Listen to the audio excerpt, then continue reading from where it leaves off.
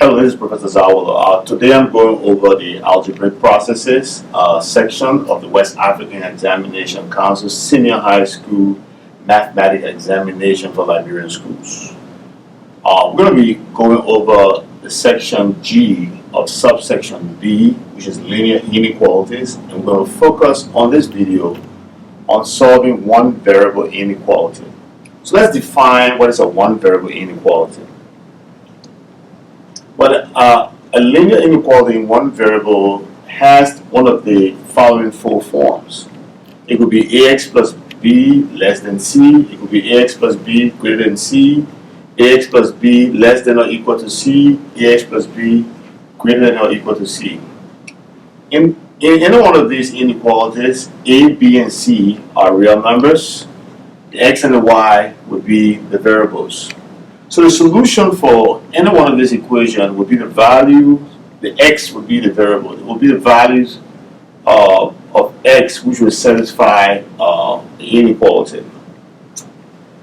One very good way of representing the solution of such linear inequality is by graphing the linear inequality on the number line.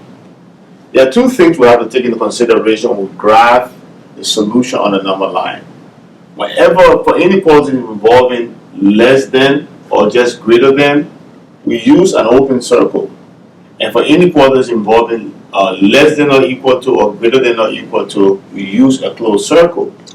Another very important concept to have in mind is that whenever you multiply or divide an inequality by a negative real number, you have to reverse the sign of the inequality. Now let's take some example problems and see how we can incorporate the basic theory that we have provided here for you. So we have two problems here we want to do. So, well, in problem number 1, we want to solve the inequality x plus 1 over 2 minus 2x minus 1 over 3 to be greater than 2. Well, one of the things you want to do here is to get rid of the fraction. And to get rid of the fraction, you must find the least common denominator. So looking here, our least common denominator for our denominator of 2 and 3 will be 6. Basically the product of 2 times and 3. So to eliminate fractions, we will multiply each side of this expression by our LCD. So I'm going to multiply here by 6, put a parenthesis so that you don't get confused.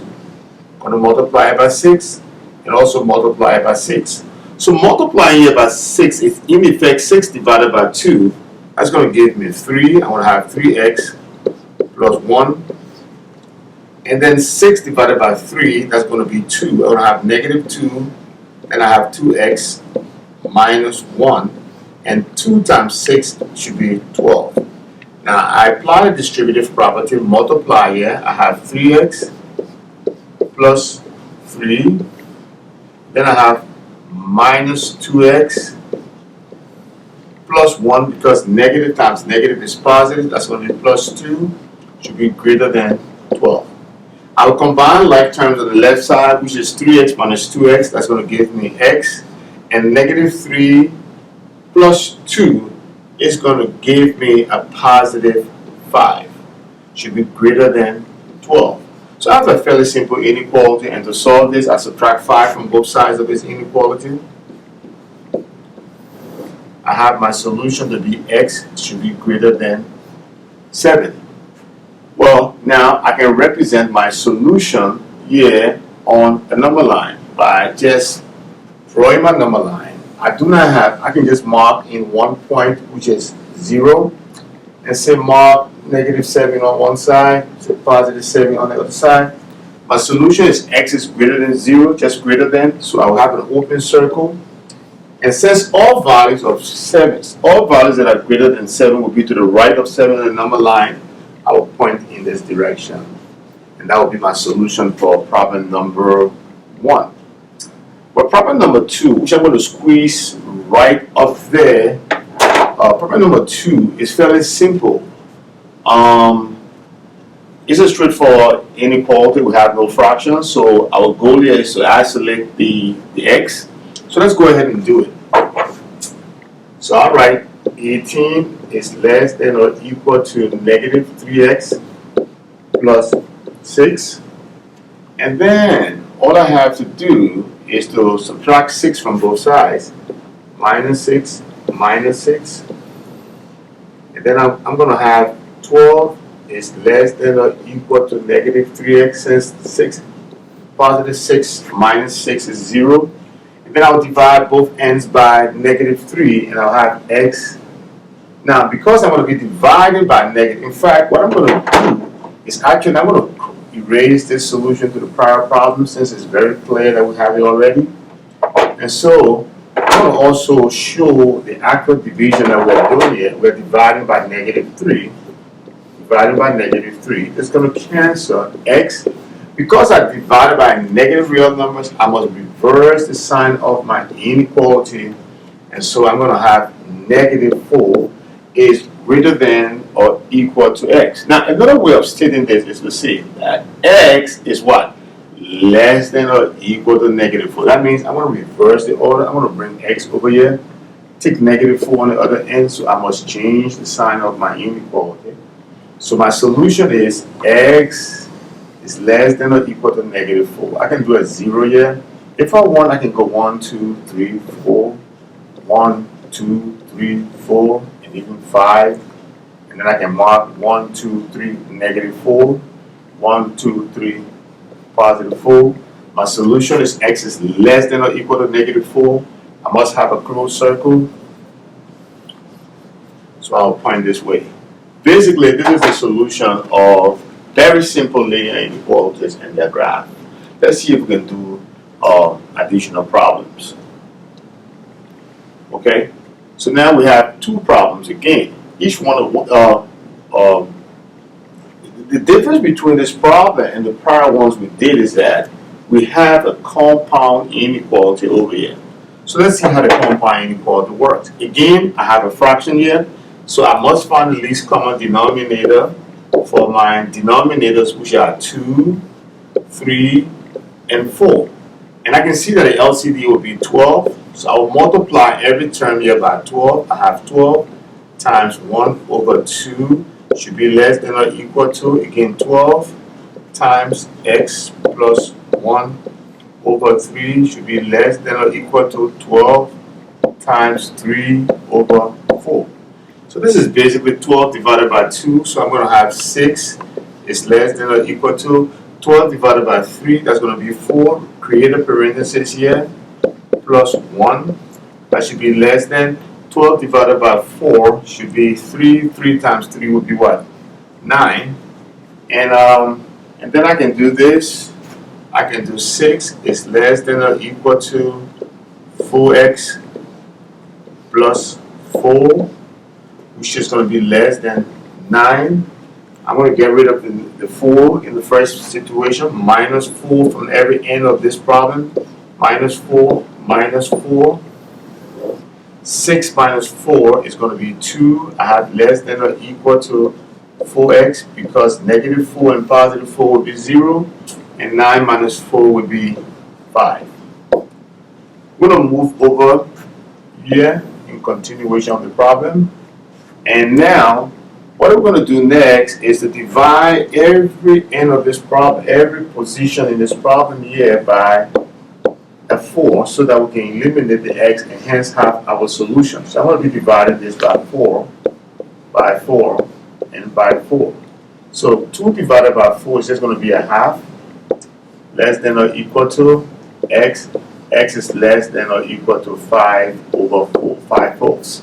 So basically, this is our solution. So what this is saying is that our x value is a value that is between 1/2 and 5 fourths. So let's do that on the number line.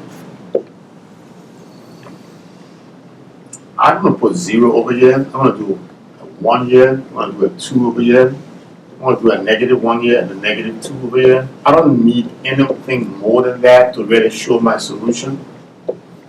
So my first solution I have is x is is 1/2. The first end of my solution is 1/2. So 1/2 is going to be half of the way between here. So this is my 1/2.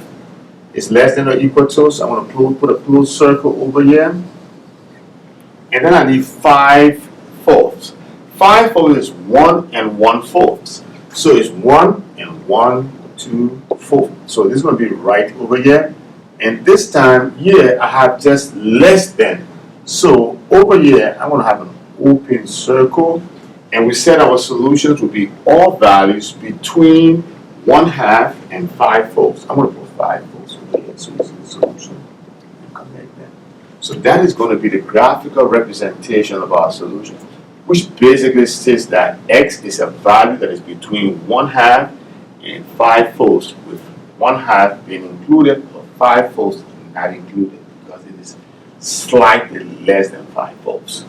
Well, that's basically the sort of problems that you will see on the WAEC with linear inequality. I think we have one more, so what I'm going to do is just clear this one, and then we're going to do example 4. Okay, so this is just basically the kind of problems you will see. Let's do example 4.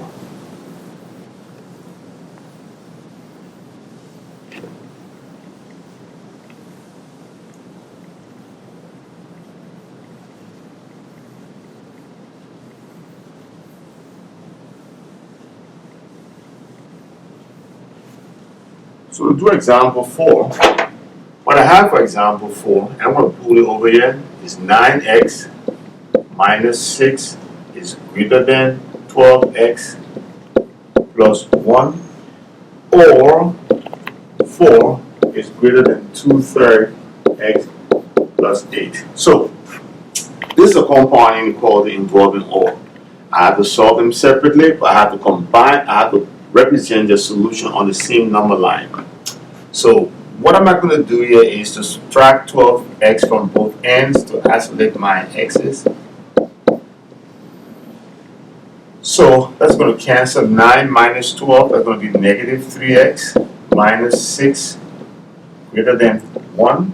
I'm going to add a 6 over here and add a 6 here. And I'm going to have negative 3x is greater than 7. I'm going to divide by negative 3, divide by negative 3, and my solution will be x should be, now because I'm dividing by negative, I must again reverse the sign of my inequality to become less than negative 7 over what? 3. So that's part of our solution. Now I'm going to go over here, and again we begin by minus 8 minus 8. I'm going to have negative 4 is greater than 2/3 x. So now to get rid of the fraction, we must multiply both sides by 3, multiply both ends by 3. I'm going to have negative 12 is greater than, the 3 is going to cancel. I'm going to have 2x. I'm going to divide by 2, divide by 2. I'm going to have negative 6 is greater than x, which is the same as saying x is less than what? Negative 6. So let's see how we represent our solution. We have a solution here that x should be less than negative 6, or x should be less than negative 7 over 3. So let's do that. So if we were to draw a number line, negative 7 over 3 is basically negative 2 and 1/3. I mean, it's a very good way to look at it. 2 times 3 is 6, plus 1 is 7, is 7/3. So basically, negative 7/3 is going to be on the right of negative 6 on the number line. So if this is negative, if I have those two markings here, negative 7/3 should be on the right. So it's going to be like negative 7/3 is here, and negative 6 will be on the left. Now let's see the solution here. One solution says x must be less than negative 6, so I'm looking at values this way.